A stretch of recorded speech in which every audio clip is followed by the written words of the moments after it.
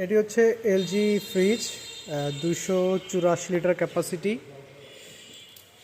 উপরেরটা হচ্ছে ডিপের সেকশন, নিচেরটা হচ্ছে নর্মাল, নন ফ্রস্ট, কোনো বরফ জমবে না। আপনারা চাইলে উপরে টেম্পারেচার কম বেশি করতে পারবেন।